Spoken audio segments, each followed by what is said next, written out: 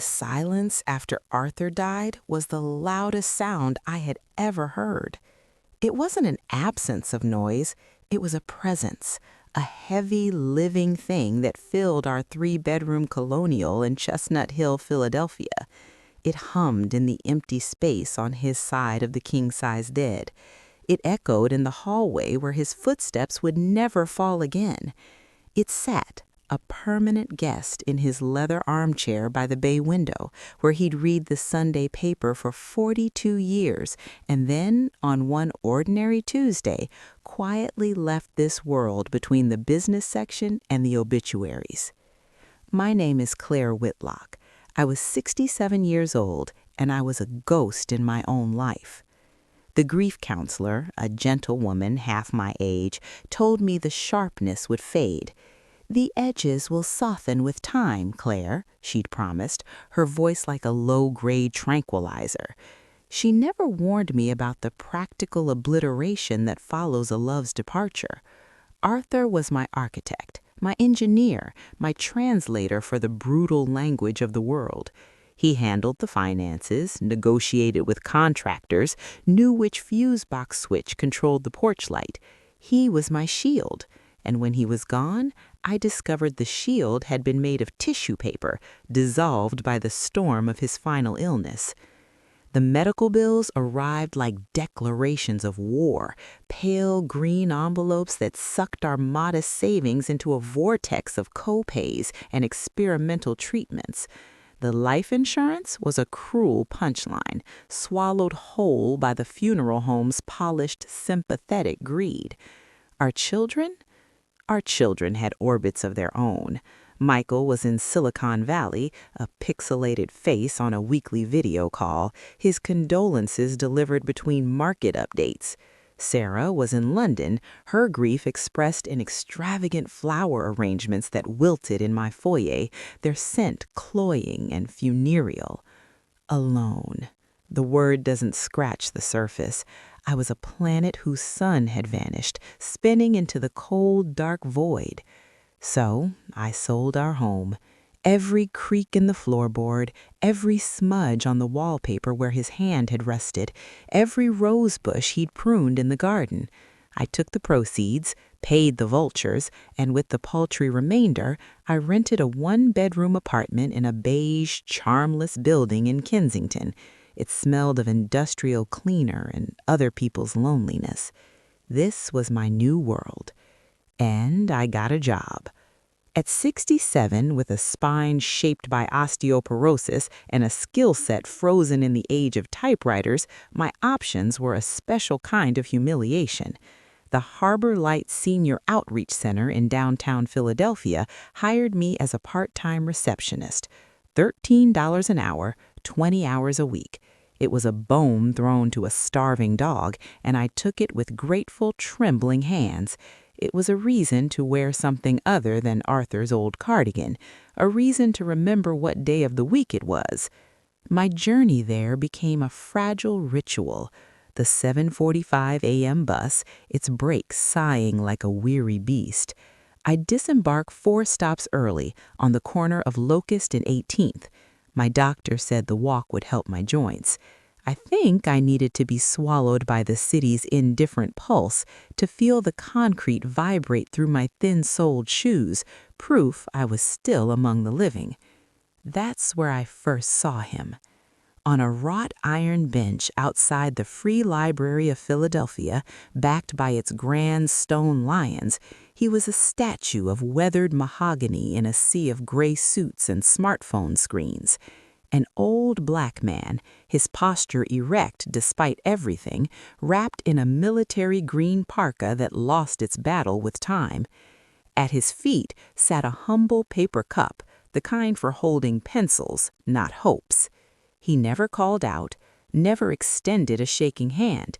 He simply existed, a still point in the rushing current, his eyes, the warm, deep brown of good soil, watching the world with a calm that felt like a quiet rebellion. The first time I stopped, a week after starting my job, my heart hammered against my ribs. Pity felt like a sin in his dignified presence. I fumbled in my purse, my fingers finding a $5 bill. I knelt, a movement that sent a spike of pain through my knee, and placed it in his cup. "For your kindness, sister," his voice rumbled, a sound that seemed to come from the earth itself. It wasn't just gratitude in his tone, it was a benediction. "May it return to you threefold." I met his gaze. He didn't look through me or past me like so many did. He saw me. He saw the fresh widow, the walking wound. A single hot tear escaped, tracing a path through my powder. I nodded, speechless, and hurried away. It became our sacrament. Every morning, rain, sleet, or the rare Philadelphia sun. Sometimes it was a few dollars, sometimes just the loose change from my coffee. We began to talk. His name was Isaiah Waters. He'd been a high school history teacher at Overbrook High for 38 years. His wife Alma had passed from breast cancer a decade prior. His tension? Vanished in a cloud of corporate restructuring and fine print, he said without bitterness, as if describing a historical event he'd once taught. The bank foreclosed on his row house. The system he'd spent a lifetime explaining to children had quietly, legally, eaten him alive. He asked me real questions. How did the new medication sit with you? Did that rain yesterday make your hands ache? He remembered the names of my grandchildren from stories I'd forgotten I told. In the economy of my new life, Isaiah became my richest relationship. Then came the Wednesday in March. The air was sharp with the promise of a late snow. I saw him from across the street, and my step faltered. Isaiah was not seated. He stood ramrod straight by the bench, his eyes scanning the crowd with a hawk-like intensity. When they locked onto me, he didn't smile. He moved, not with the shuffle I was used to, but with a startling, purposeful speed, closing the distance between us.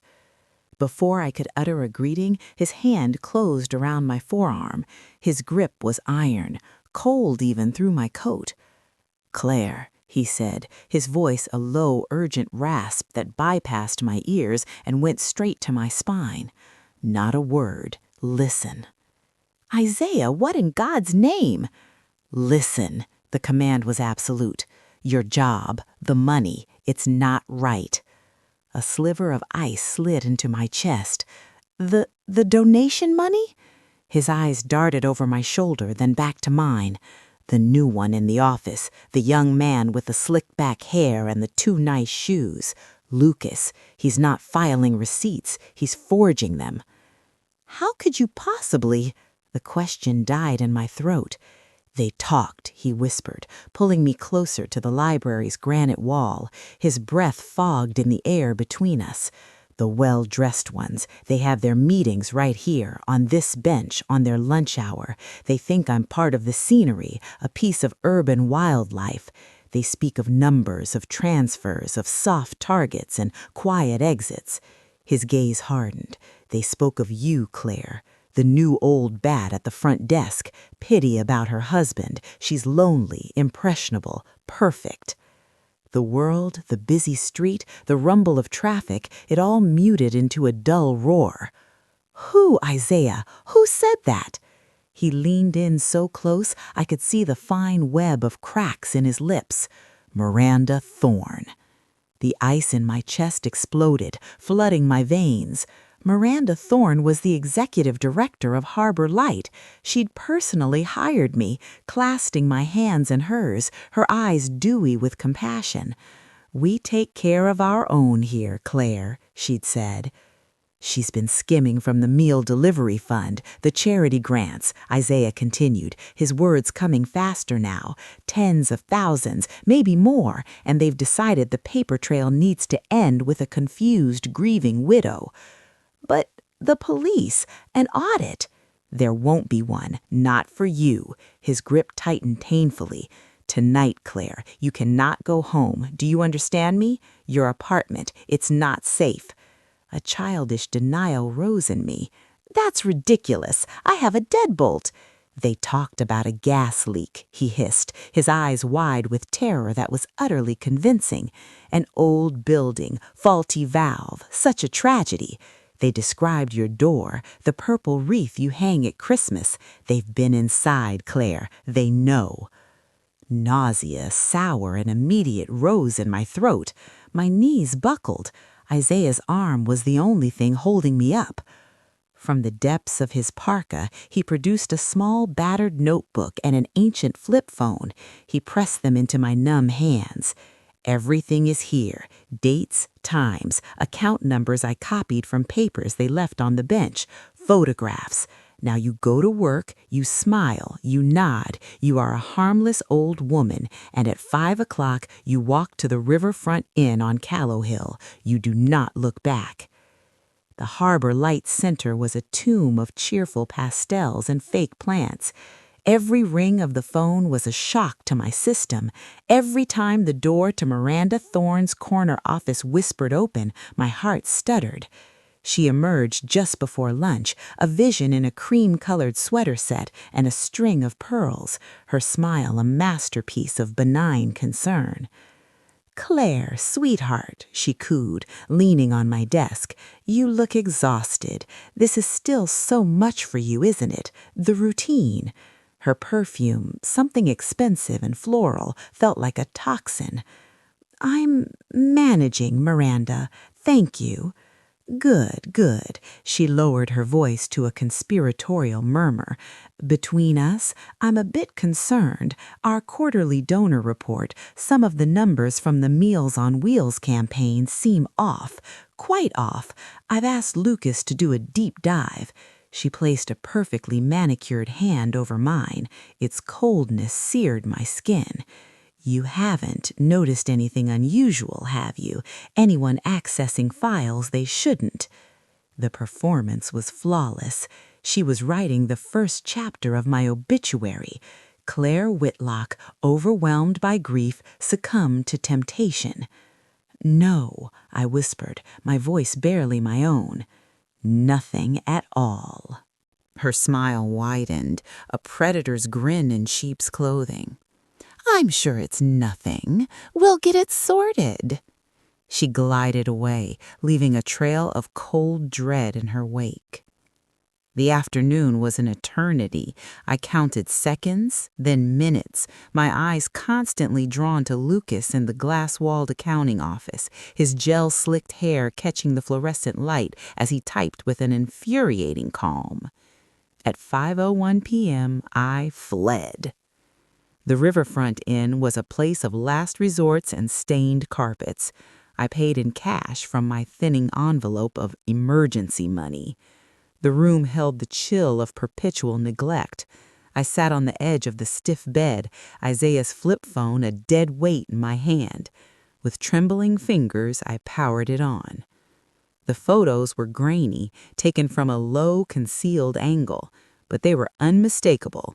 Miranda Thorne in her elegant wool coat sitting on his bench. Beside her, a sharp-faced man in an overcoat, Lucas, and a third man I recognized from the center's board of directors. They were laughing, passing a tablet between them. Other photos showed screenshots of financial spreadsheets, columns of numbers with neat, damning arrows drawn on them in the phone's crude paint app. Isaiah's notebook was a chronicle of invisible witnessing, times, dollar amounts, snippets of conversation. The Whitlock woman is the key. Make it clean, like the one in Jersey. I didn't sleep. I stared at the water-stained ceiling, holding the evidence that could save or end my life. At 3:17 a.m., my personal cell phone shattered the silence.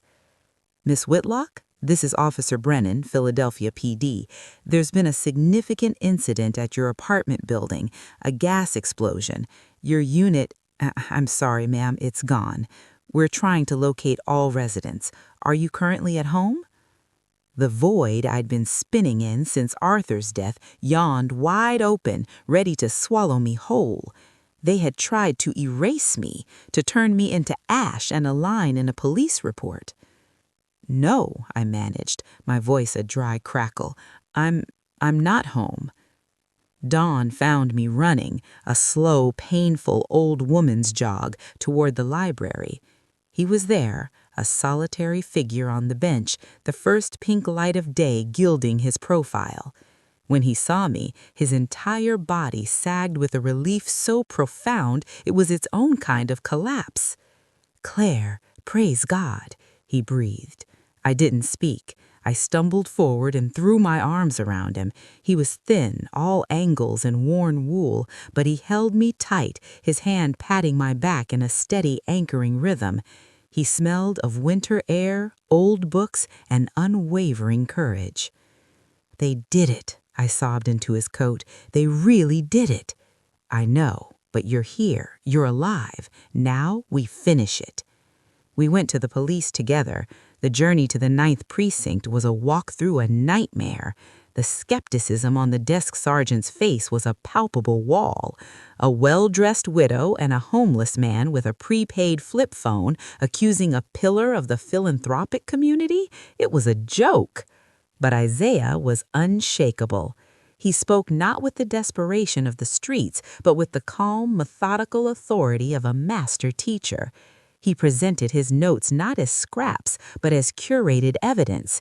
He explained the financial jargon on the spreadsheets, connected the dates to board meetings, deciphered the coded language in his transcribed conversations.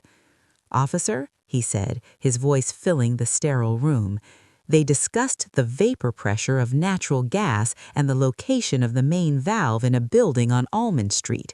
Is that the kind of clerical error a charity director typically worries about?"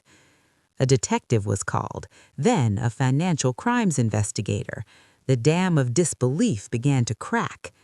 It took 3 weeks, 3 weeks of secret statements, of forensic accountants following Isaiah's handwritten trails, of watching from a safe house as my life was dissected. The story that erupted was uglier than I dreamed. Miranda Thorne wasn't just skimming, she was running a sophisticated fraud scheme that siphoned funds from Harbor Light and 2 other senior charities across Pennsylvania. Over $1.8 million, money meant for hot meals and flu shots, funneled into offshore accounts. Lucas was her nephew. The board member was her lover. The gas leak had been a carefully planned act of arson intended to silence me and collect a hefty insurance payout on the building she secretly owned. Their arrests made the front page. The photos of Miranda, pearls and all, being led from her Rittenhouse Square townhouse in handcuffs, were a symphony of public ruin. But justice has a price. The strain, the cold, the years of privation, they had been silently killing Isaiah. 2 days after the arrest, I found him collapsed in the shelter's common room, his body finally surrendering. Acute renal failure, advanced diabetes, malnutrition. A body can only wage so many wars at once. Sitting by his hospital bed, holding his limp, IV-pierced hand, a new ferocious emotion burned away my last traces of fear and grief. It was a righteous maternal rage. They had tried to kill me. In doing so, they had broken the man who saved me. My revenge began not with a shout, but with a whisper that became a roar.